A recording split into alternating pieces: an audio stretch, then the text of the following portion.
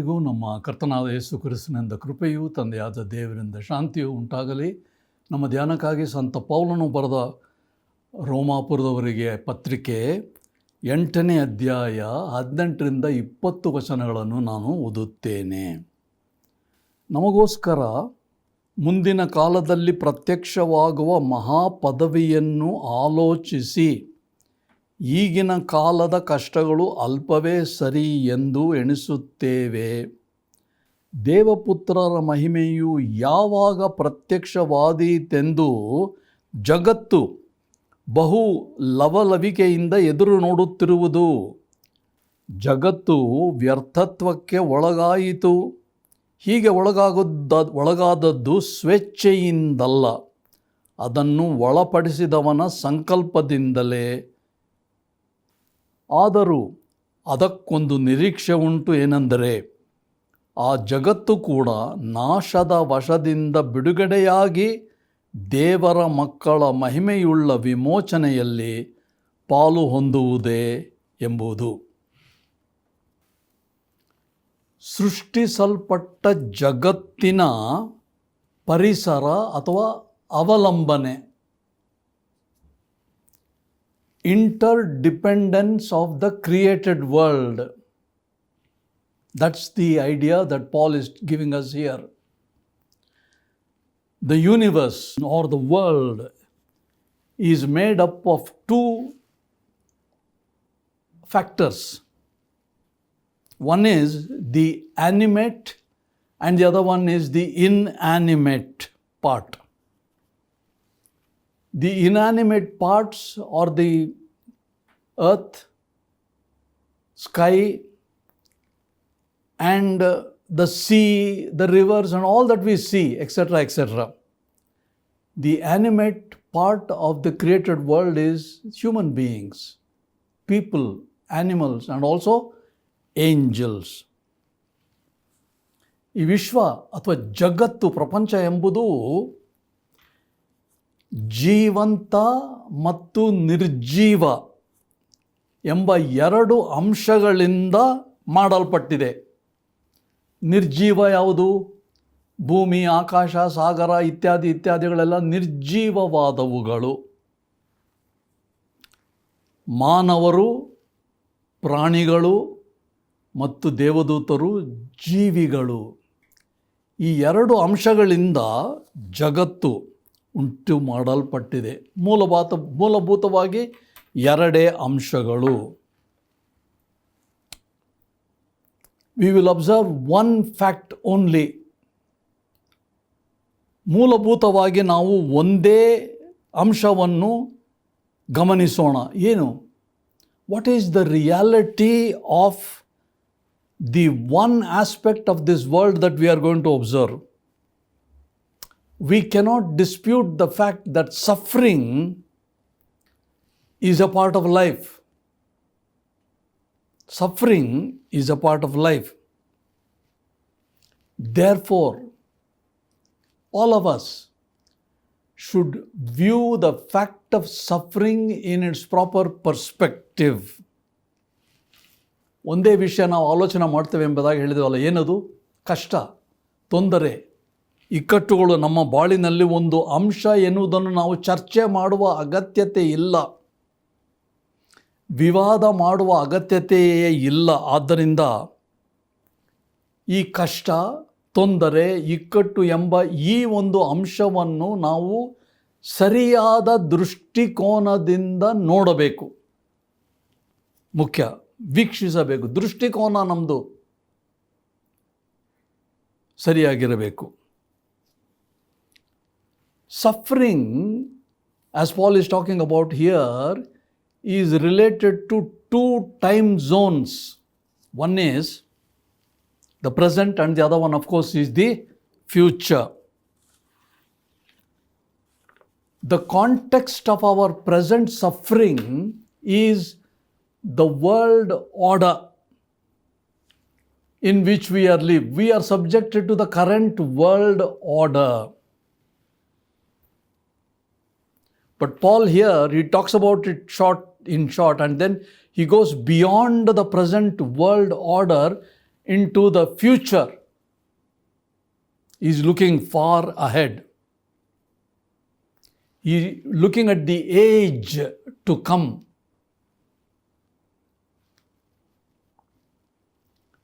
ಕಷ್ಟ ಎಂಬ ವಿಷಯ, ತೊಂದರೆ ಇಕ್ಕಟ್ಟೆಂಬ ವಿಷಯ ಎರಡು ಸಮಯದ ವಲಯಗಳನ್ನು ಆಕರಿಸಿದೆ ಅಥವಾ ಆವರಿಸಿದೆ. ಎರಡು ಯಾವುದು? ಮೊದಲನೇದಾಗಿ ವರ್ತಮಾನ ಕಾಲ.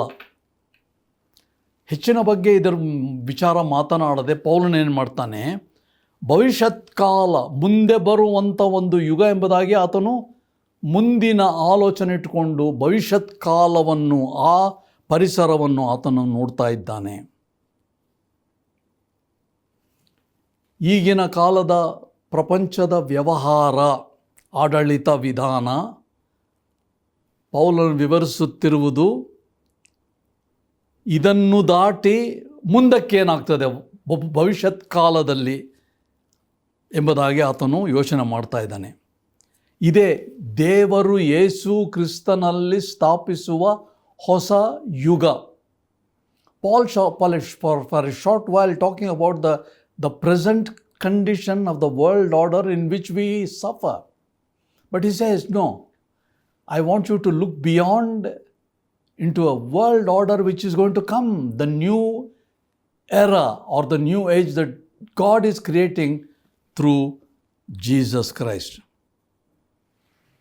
Paul has already referred to this in 8:17. Shall I read it again? 8:17. And if children, then heirs, heirs of God and fellow heirs with Christ, provided we suffer with him in order that we may also be glorified with him. That's future. We may also be glorified with him. This is the destiny that Paul is envisaging. He is also looking forward to that future glorification with Christ. But let us look at the existing situation also a little bit. ಪೌಲನು ನಾನು ಹೇಳಿದ ಹಾಗೆ ಕೇವಲ ಪ್ರಸ್ತುತ ಕಾಲದ ಕಷ್ಟ, ದುಃಖ, ಸಂಕಷ್ಟಗಳನ್ನು ಮಾತ್ರ ಆಲೋಚನೆ ಮಾಡದೆ ಮುಂದಕ್ಕೆ ನೋಡ್ತಾ ಇದ್ದಾನೆ. ಅದರ ವಿಚಾರ 8:17 ಬರೆದಿದ್ದಾನೆ. ಹೀಗೆ, ನಾವು ದೇವರ ಮಕ್ಕಳಾಗಿದ್ದರೆ ಬಾಧ್ಯರಾಗಿದ್ದೇವೆ. ದೇವರಿಗೆ ಬಾಧ್ಯರು, ಕ್ರಿಸ್ತನೊಂದಿಗೆ ಬಾಧ್ಯರು. ಹೇಗೆಂದರೆ, ಕ್ರಿಸ್ತನಿಗೆ ಸಂಬಂಧಿಸಿದ ಬಾಧೆಗಳಲ್ಲಿ ನಾವು ಪಾಲುಗಾರರಾಗುವುದಾದರೆ ಆತನ ಮಹಿಮೆಯಲ್ಲಿ ಸಹ ಪಾಲುಗಾರರಾಗ್ತೇವೆ. ಯಾವಾಗ ಮಹಿಮೆ? ಮುಂದೆ, ಈಗಲ್ಲ, ಭವಿಷ್ಯತ್ ಕಾಲದಲ್ಲಿ. ಅದನ್ನೇ ಪೌಲನು ಇಲ್ಲಿ ನಮ್ಮ ಗಮನ ಸೆಳೆಯುತ್ತಿರುವುದು. ಹೌದು, ಇಂದು ನಮಗೆ ಕಷ್ಟ ಇದೆ, ತೊಂದರೆ ಇದೆ, ಇಕ್ಕಟ್ಟಿದೆ, ಪರಿಸರ ಸರಿಯಿಲ್ಲ. ಆದರೆ ಮುಂದೆ ನಮಗೆ ಒಂದು ಯುಗ ಕ್ರಿಸ್ತನಲ್ಲಿ ದೇವರು ಉಂಟು ಮಾಡಲಿದ್ದಾನೆ. ಅದರ ಬಗ್ಗೆ ಆತನು ಏನೆಂಬುದಾಗಿ ಗಮನಿಸುವ ಎಂಬುದಾಗಿ ಆಲೋಚನೆ ಮಾಡ್ತಿದ್ದಾನೆ. ಇನ್ verses 19 to 22 there is a yearning or an expectation, a deep desire of the created world. Let me read 18. For I consider that the sufferings of this present time are not worth comparing to the glory that is to be revealed to us. Yes, we are going through suffering, no comparison to the glory. And then he says, for the creation, verse 19, for the creation waits with eager longing for the revealing of the sons of God. Creation, the inanimate world is also yearning, eagerly longing for the revealing, disclosing of the children of God, sons of God. So, there is a yearning expectation of the created world. Do we need anyone to convince us that the world in which we are living is so deteriorated? Something radically has gone wrong with the world, right? You and I know however long you have lived in this world, you have seen the degradation that has set in our physical world. 8:19-22 ಪೌಲನು ಸೃಷ್ಟಿಸಲ್ಪಟ್ಟ ಜಗತ್ತಿನ ಹಂಬಲ ಏನು, ನಿರ್ಜೀವಿಯಾದಂಥ ಈ ಜಗತ್ತಿನ ಹಂಬಲ, ಆಶೆ, ಬೇಡಿಕೆ ಏನೆಂಬುದಾಗಿ ತಿಳಿಸ್ತಾನೆ. 19 ದೇವಪುತ್ರರ ಮಹಿಮೆಯು ಯಾವಾಗ ಪ್ರತ್ಯಕ್ಷವಾದೀತೆಂದು ಜಗತ್ತು ಬಹು ಲವಲವಿಕೆಯಿಂದ ಎದುರು ನೋಡುತ್ತಿರುವುದು. ಯಾವುದು? ಜಗತ್ತು, ನಿರ್ಜೀವಿ, ಸೃಷ್ಟಿಸಲ್ಪಟ್ಟ ಈ ಜಗತ್ತು ಹೇಗೆ ಬಹು ಲವಲವಿಕೆಯಿಂದ ಕಾದುಕೊಂಡಿದೆ. ಯಾವಾಗ ದೇವರ ಮಕ್ಕಳು ನಮಗೆ ಪ್ರತ್ಯಕ್ಷ ಆಗ್ತಾರೆ ಎಂಬುದಾಗಿ. ಮೂಲಭೂತದಲ್ಲಿ ನಾವಿರುವ ಈ ಪ್ರಪಂಚ ಕೇಡು, ನಾಶ, ಕಷ್ಟ, ತೊಂದರೆ, ಇಕ್ಕಟ್ಟುಗಳಲ್ಲಿದೆ ಎಂಬುದಾಗಿ ನಮಗೆ ಯಾರಾದರೂ ಒಪ್ಪಿಸಬೇಕಾಗ್ತದ, ಅವನ್ನು ಅರ್ಥವಿಸಬೇಕಾಗ್ತದ? ಖಂಡಿತ ಇಲ್ಲ. ನಮ್ಮ ವಯಸ್ಸು ಎಷ್ಟೋ, ಸಣ್ಣದಾಗಲಿ ದೊಡ್ಡದಾಗಲಿ, ಹೆಚ್ಚಾಗಲಿ ಕಡಿಮೆ ಆಗಲಿ, ನಮ್ಮ ವಯಸ್ಸಿನಲ್ಲಿ, ನಮ್ಮ ಜೀವಾವಧಿಯಲ್ಲೇ ನಾವು ಈ ಪ್ರಪಂಚ ಎಲ್ಲಿಂದ ಎಲ್ಲಿಗೆ ಕೆಳಗಿಳಿದಿದೆ ಎಂಬುದಾಗಿ ನಮಗೆ ತಿಳಿದಿಲ್ಲವೇ? ಖಂಡಿತ ನಮಗೆಲ್ಲರಿಗೂ ಗೊತ್ತು. ನಮಗೆ ಯಾರೂ ಮನಗಾಣಿಸಬೇಕಾಗಿಲ್ಲ ಈ ಪ್ರಪಂಚದ ವಿಚಾರ ಆಲೋಚಿಸಿ. Each of us in our own lives have observed the deterioration, the degradation that has come in all aspects of life. We just talked about the world, but in individuals. Think of people that you know, individuals. Think of families that you know. Think of churches you know. Think of organizations that you know. Is there not a decline? Is there not degradation? Is there not a deterioration?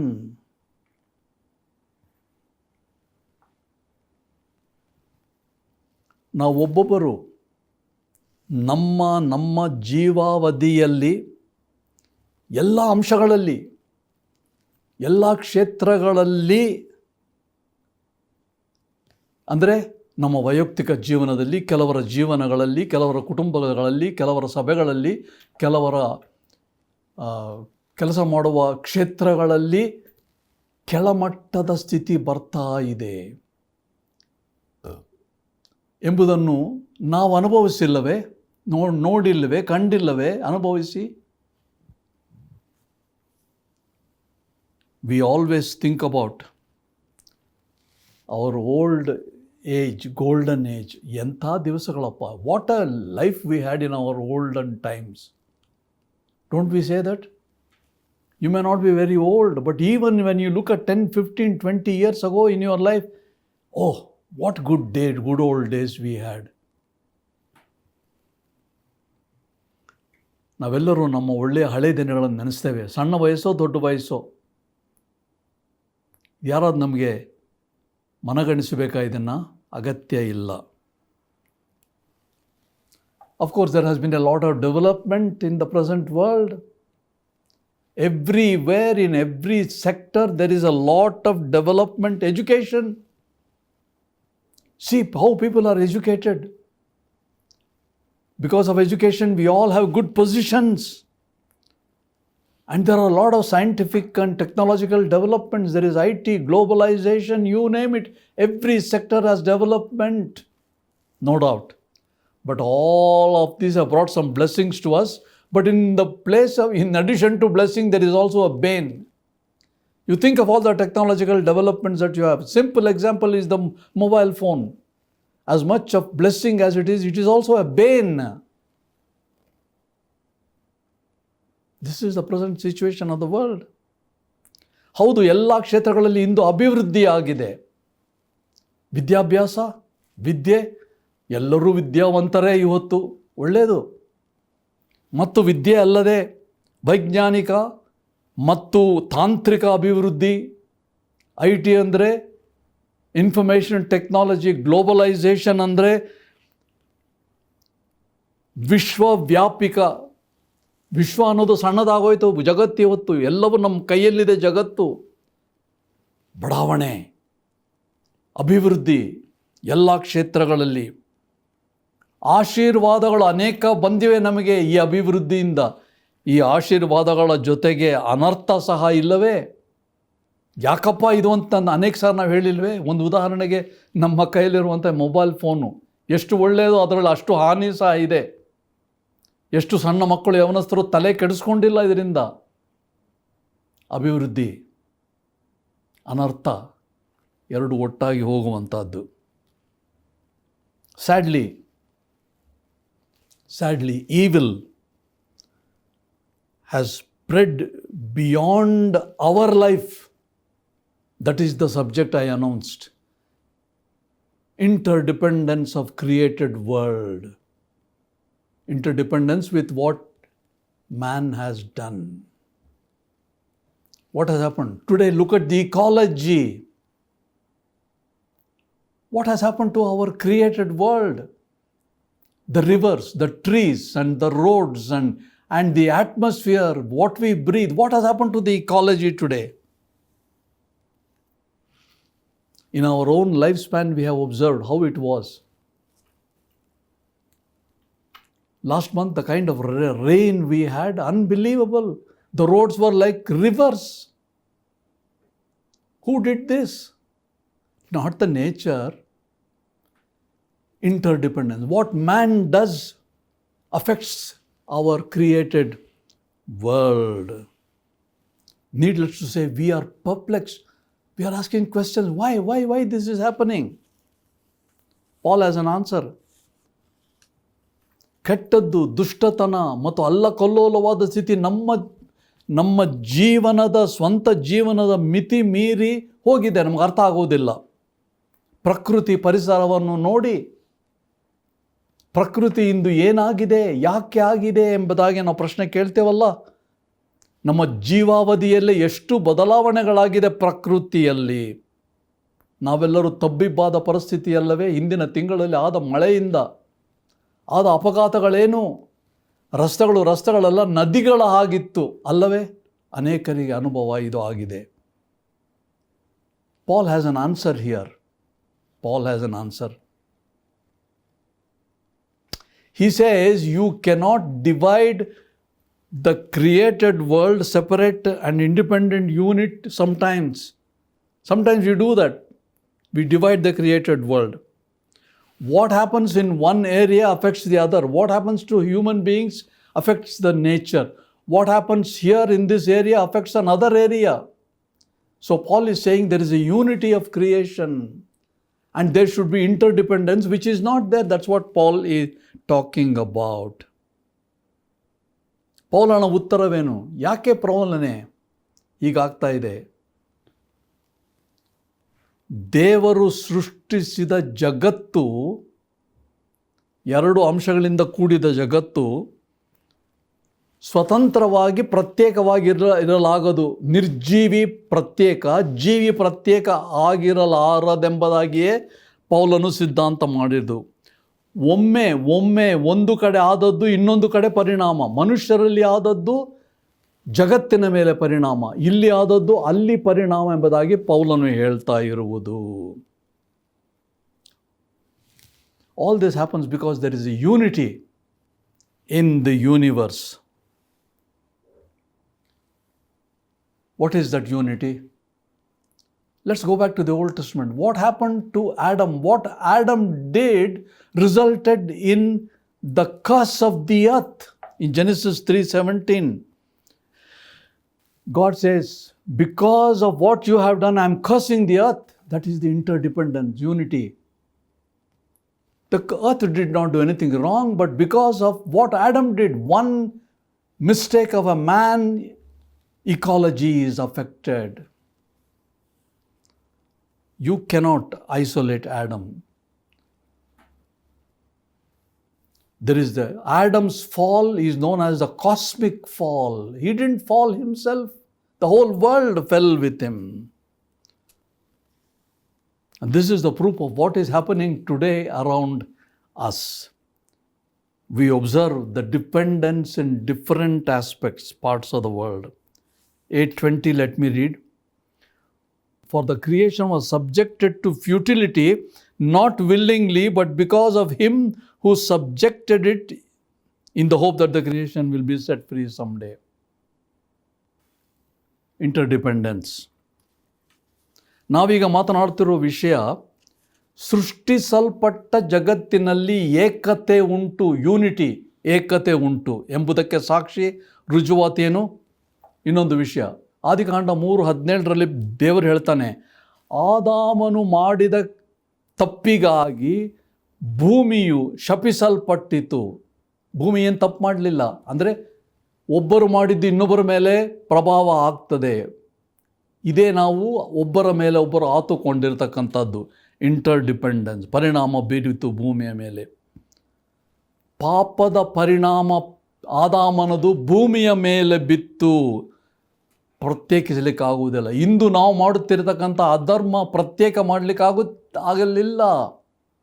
ಅದು ಭೂಮಿಯ ಮೇಲೆ, ವಾತಾವರಣದ ಮೇಲೆ ಬೀರ್ತದೆ, ವಿಶ್ವವನ್ನು ವ್ಯಾಪಿಸ್ತದೆ.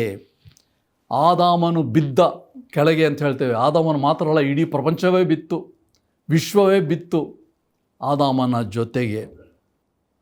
ಇದೆ ಪರಸ್ಪರ ಅವಲಂಬನೆ. ಎರಡು ಭಾಗಗಳು ಅಂತ ಹೇಳಿದ್ವು, ಜೀವ ನಿರ್ಜೀವ, ಪರಸ್ಪರ ಅವಲಂಬನೆ ಇದೆ. Man's recklessness, man's disobedience resulted in the creation being subject to futility. It's not the creation's fault that it is futile today. It is what today that we see, man's disobedience and recklessness. In conclusion, ಮನುಷ್ಯನ ಅವಿಧೇಯತೆ, ಅಪನಂಬಿಕೆ, ಅಜಾಗರೂಕತೆ ಸೃಷ್ಟಿಯನ್ನು ನಿರರ್ಥಕ ಸ್ಥಿತಿಗೆ ಒಳಪಡಿಸಿದೆ. 8:20 ಈಗ ಓದ್ತೇವೆ ನಾವು.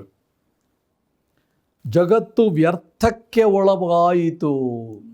ಹೇಗೆ ಒಳಗಾಗದ್ದು? ಸ್ವೇಚ್ಛೆಯಿಂದಲ್ಲ, ಅದರಿಷ್ಟ ಅದರ ತಪ್ಪಿನಿಂದಲ್ಲ, ಬದಲಾಗಿ ಅದಕ್ಕೊಂದು ಒಳಪಡಿಸಿದವನ ಸಂಕಲ್ಪ. ದೇವರು ಆದಾಮನ ತಪ್ಪಿನಿಂದ ಜಗತ್ತಿಗೆ ನಿರರ್ಥ ಆಯಿತು.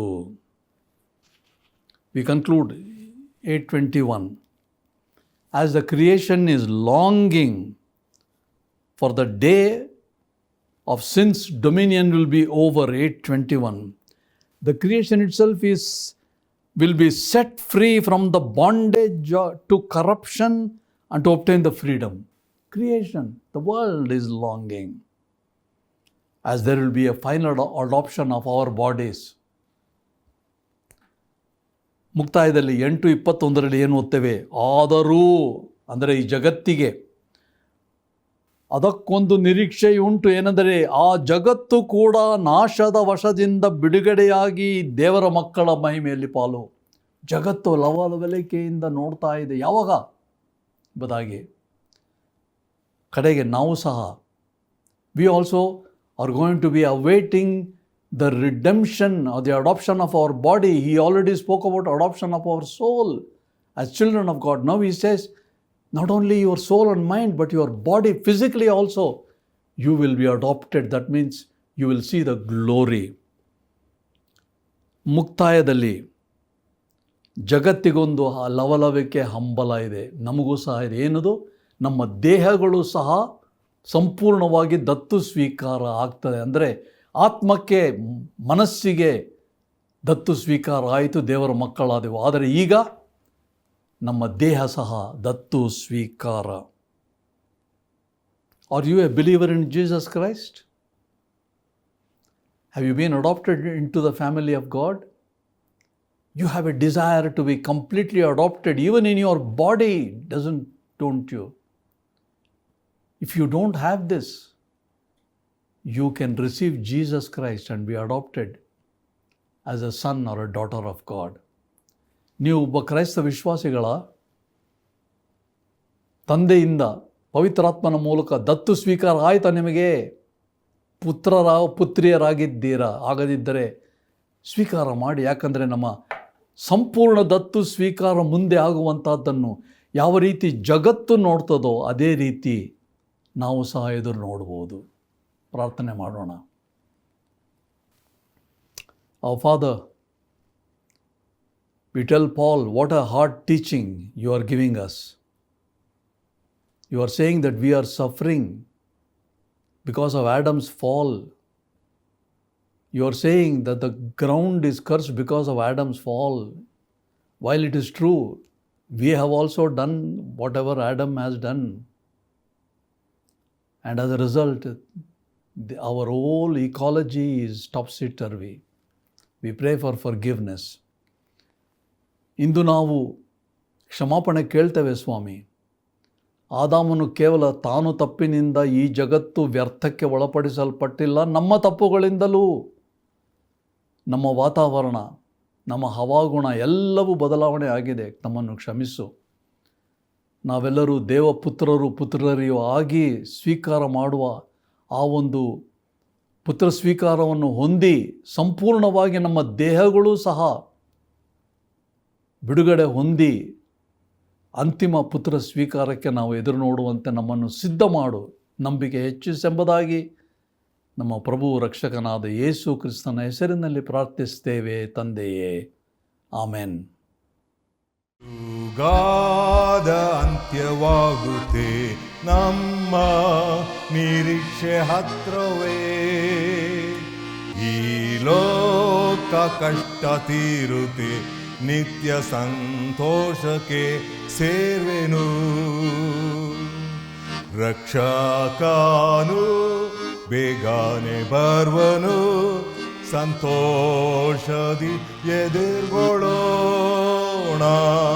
ಮುಂಜಾನೆಯೋ ಮಧ್ಯಾಹ್ನ ರಾತ್ರಿಯೋ ನಿಜವೇ ಆತ ಬರ್ವನು.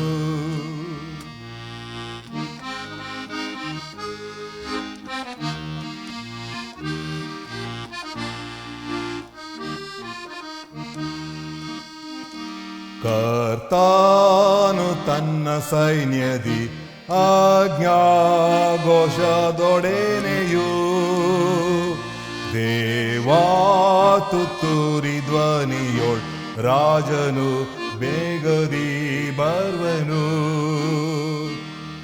ರಕ್ಷಕನು ಬೇಗನೆ ಬರ್ವನು, ಸಂತೋಷದಿ ಎದುರ್ಗೊಳ್ಳೋಣ. ಮುಂಜಾನೆಯೋ ಮಧ್ಯಾಹ್ನ ರಾತ್ರಿಯೋ ನಿಜವೇ ಆತ ಬರ್ವನು.